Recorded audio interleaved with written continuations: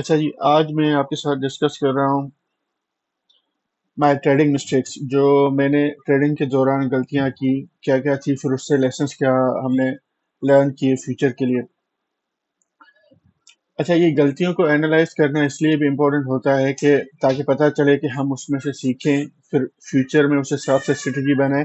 اور آگے جا کے وہ سیم مسٹیکس ہم لوگ فیوچر میں وہ ریپیٹ نہ کریں ہم لوگ، پھر ہم فیوچر اسٹریٹجی شیپ کر سکیں اس حساب سے۔ اچھا، جو پہلی مسٹیک ہے وہ جب میں نے ٹریڈنگ اسٹارٹ کری تو اگین جو سب لوگ کرتے ہیں کہ میں نے سبسکرپشن لی ایک واٹس ایپ گروپ کی، اس کے منتھلی بھی چارجز تھے اور ایئرلی چارجز تھے، تو میں نے ایک سال کے لیے سبسکرپشن پیڈ کر لی۔ تو وہاں پہ انہوں نے کہا کہ ہم آپ کو بائنگ اور سیل سگنل دیں گے۔ تو اب اس میں یہ ہوتا تھا کہ وہاں پہ کچھ بائی اور سیل کے سگنل دیتے تھے، میں ان کی بیسس پہ پرچیز کرتا تھا، شیئرس وغیرہ سیل کرتا تھا، لیکن وہاں پہ مجھے کچھ سمجھ میں نہیں آتا تھا کہ ہم لوگ یہ شیئر کیوں خرید رہے ہیں، اس کی سپورٹ کیا ہے، فنڈامنٹلس کیا ہیں۔ بس وہ جو اس کا ایڈمن تھا وہ بولتا تھا، ہم کرتے تھے۔ تو اس میں سے مجھے دو نقصانات ہوئے، ایک تو اس کو پیڈ کی ہم نے سبسکرپشن، دوسرا اس کے بتائے ہوئے جتنے بھی شیئرس پہ میں نے ٹریڈ کیا وہ سارے کے سارے لاس ہوئے۔ تو کبھی بھی یہ پیڈ گروپس کو آپ کو نہیں جانا، آپ جو بھی شیئر پرچیز کریں اپنا سمجھ کے کریں، اس کے فنڈامنٹلس دیکھیں، ٹیکنیکلس دیکھیں، جو آپ کو سمجھ میں آ رہا ہے، خود غلطیاں کریں، سیکھیں، اس کے بعد ٹریڈ کریں۔ کیونکہ وہ گروپ میں مجھے کوئی سچ فائدہ نہیں ہوا، وہ ٹائم ویسٹ ہوا، اس کا پیسے اس سے الگ ضائع ہوئے، وہ جو ٹریڈ میں لاسز ہوئے وہ الگ سے ہوئے۔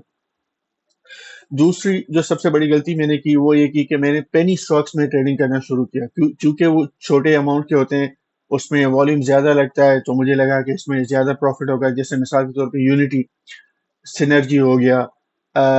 اس میں اسی طرح کے الیکٹرک میں تو میں نے نہیں کیا، لیکن یونٹی، سینرجی اور ہیسکول وغیرہ۔ اب یہ وہ اسٹاکس تھے جن کے فنڈامنٹلس اسٹرانگ نہیں تھے، بس چونکہ والیوم زیادہ لگتے تھے تو دیکھی دکھائی میں ان میں ٹریڈ کرتا تھا، تو ان میں بھی مجھے اچھا خاصا لاس ہوا۔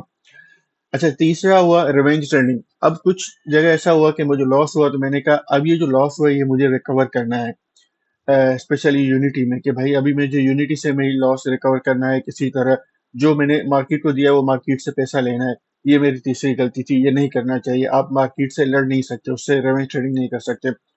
چوتھا تھا FOMO, fear of missing out. اب میں دیکھتا تھا کچھ اسٹاکس ایسے تھے کہ ان کی پرائس بڑھتی جا رہی ہے، مجھے اس کا پتہ نہیں تھا کہ وہ کیوں بڑھ رہی ہے، اس کے فنڈامنٹلس کیا ہیں، یا کوئی مٹیریل انفارمیشن آئی ہے، کوئی انسائڈر ٹرانزیکشن ہے، کوئی ان کی مینجمنٹ شیئرس پرچیز کر رہی ہے۔ ایک دفعہ میں نے لیے ایف ایف سی بہت اچھا اسٹاک ہے، وہ بڑھتا جا رہا تھا، میں نے 450 پہ لیا۔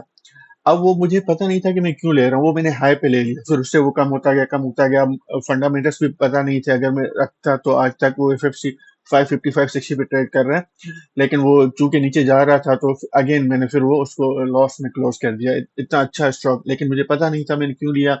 اور مجھے لگ رہا تھا کہ یہ اوپر جا رہا ہے، مجھ سے مس نہ ہو جائے ریلی وغیرہ۔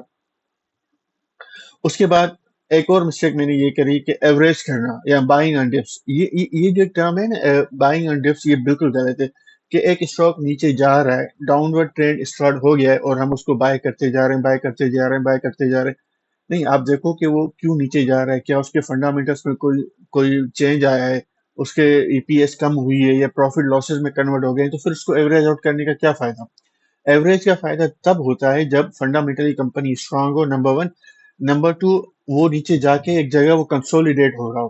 کہ وہ وہاں پہ اب سائڈ بھی ہو گیا، تب وہ ایوریج کرنا چاہیے۔ ایسا نہیں کہ وہ اوپر سے ایوریج نیچے آتا رہا ہے، ایوریج آؤٹ کرنا، اس میں پھر کیا ہوگا کہ میرا کیش بھی اس میں جو ہے یوٹیلائز ہو گیا۔ اچھا، ایک اور مسٹیک میں نے جو کی وہ تھی جرنل نہیں کرنا، مطلب میں لکھتا نہیں تھا کہیں پہ، بس وہ ڈیلی ای میل وغیرہ تو آتی تھی، منتھلی رپورٹس بھی، لیکن